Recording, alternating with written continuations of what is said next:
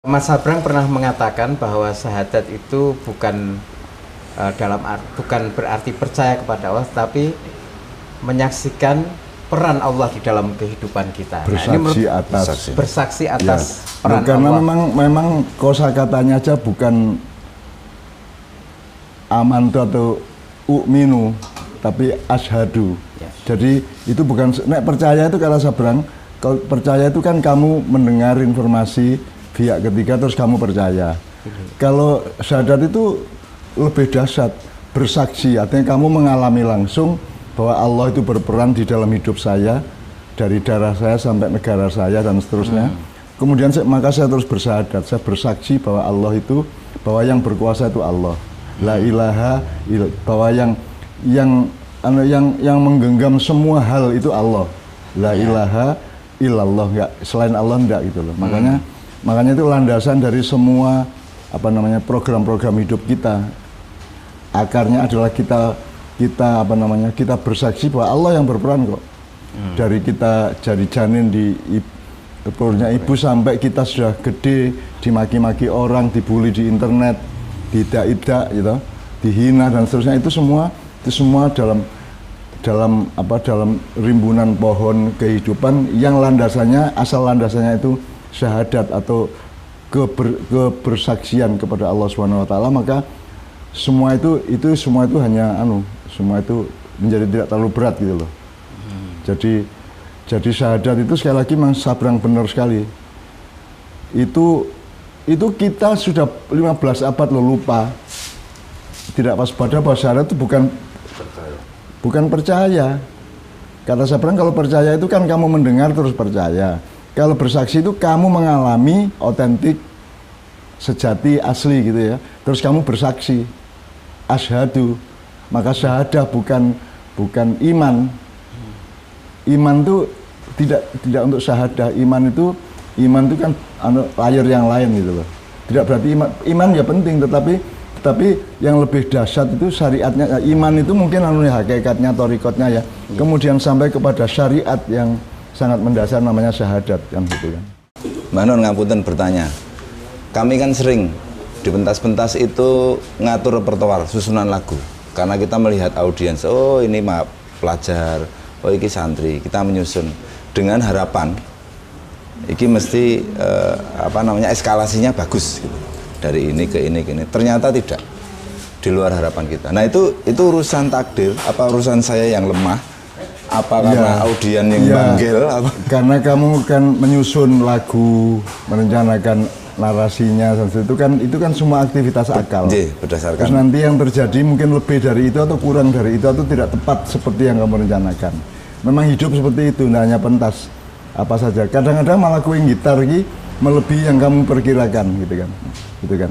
Sehingga subjeknya itu ternyata nggak hanya kamu.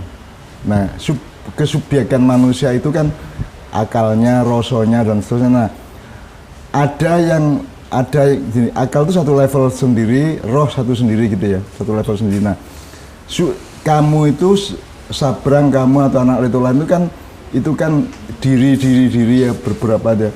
Itu kan semua ada yang lebih tinggi dari itu, yang juga menjadi bagian dari kamu menjadi bagian dari diri yang lebih tinggi gitu. Jadi saya juga sering mengalami seperti itu. Kadang-kadang malah saya mengatakan apa yang saya tidak rencanakan. Atau kalau lagu kita nyengkok yang kita tidak rencanakan, atau kita improvisasi ke apa? Improvisasi itu kan kita sangat bergantung kepada kemampuan. Betul. Kemampuan agak rohaniah sedikit, agak ruhiyah kan gitu kan. Jadi memang hidup itu gitu kayak pentas itu tadi. Karepmu ngene, engko nang tonggo ngene, ono dayoh ngene, ono pertemuan iko ngene, tapi kan nanti yang terjadi di luar itu. Jadi bahkan seorang pengarang lagu tidak bisa menghasilkan lagu persis seperti yang dimaui. Karena bisa lebih bagus, bisa lebih buruk, karena subjek utamanya ternyata bukan kamu, bukan kita. Ada subjek yang lain yang lebih berkuasa gitu loh. Itu berkuasa itu tidak hanya soal hasil. Kekuasaan itu kan seringkali dikonotasikan soal kekejaman, tekanan gitu kan. Enggak, kekuasaan itu ya dia yang bisa lebih memperindah rencana kamu kan bisa loh. Jadi sama dengan Ma'iyah, Kiai Kanjeng itu semua kan Memang kita secara akal kita hitung, kita petakan, terus kita lakukan, kita kerja keras itu ya.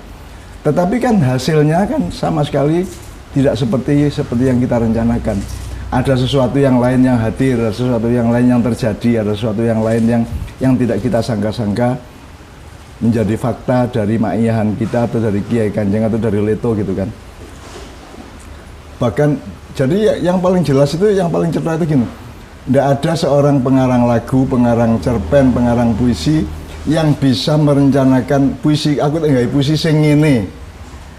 Kan enggak. Memang dasarnya berlangsungnya dari karepnya Pak Dewi seperti ini kok dadine mesti seje. Jadi berarti subjeknya tidak hanya kita. Ada subjek yang lainnya lebih ruhiyah, yang lebih substansial pada diri kita atau atas diri kita atau di dalam diri kita, monggo. Gitu kan. Tapi pokoknya ada subjek yang lain dan itu kita sebut roh gitu. Nah, roh itu harus kita teliti, harus kita hormati, harus kita atau kita apa ya? Kita titeni ya. Kita peka terhadap perannya dia supaya lebih mendekat kepada Tuhan gitu kan. Kan lebih bagus kalau kamu nyanyi karena Tuhan yang ngambil keputusan untuk kamu nyanyi kan gitu. Berarti Tuhan yang bernyanyi. Saya kan pernah bilang sama Romai Rama, yang main gitar bukan Anda, Bung, yang main gitar Allah. Seneng banget deh. Gitu kan. Bukan bahwa Allah terus ngene ora, tapi orang njur Gusti Allah terus mudho nang panggung main gitar ora, tapi ruhiyah itu. Iya, jadi proses di dalam diri Roma Irama itu sedemikian rupa kan nek kue spontan ngono kae itu kan mesti ora liwat akal meneh to. Gitu. Apa nek wis rock ngono kae kan wis bukan akal lagi. Sudah bukan intelektual lagi, itu sudah apa ya, sudah spontanitas, sudah lebih tinggi dari itu gitu. Nah, itu kita menyebut itu bagian yang permukaan dari roh gitu. Nah, semakin kita banyak menyadari dan seperti Messi menghormati dan berterima kasih kepada Tuhan, maka kita juga semakin banyak terlibat di dalam kun fayakun tadi gitu loh. Ngantur nuwun.